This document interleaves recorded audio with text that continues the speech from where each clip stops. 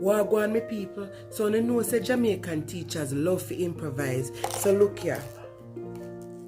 Me see this binocular and out of the blue, me get an idea. Say today, me I go motivate my students using this. You know what? Hear what me I go do? Hear the dog them a bark. Me I go give every student the binocular and me I go make them look through it. Then me I go ask them what they see.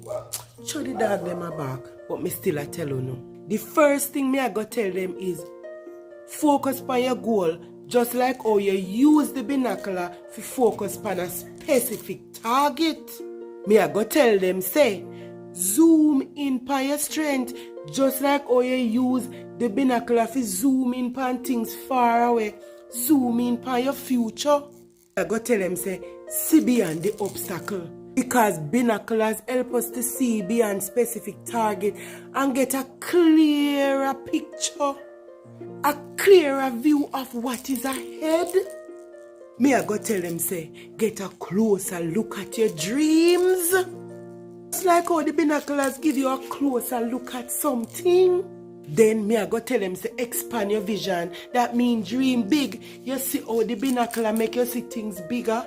As so me want to know if you think big.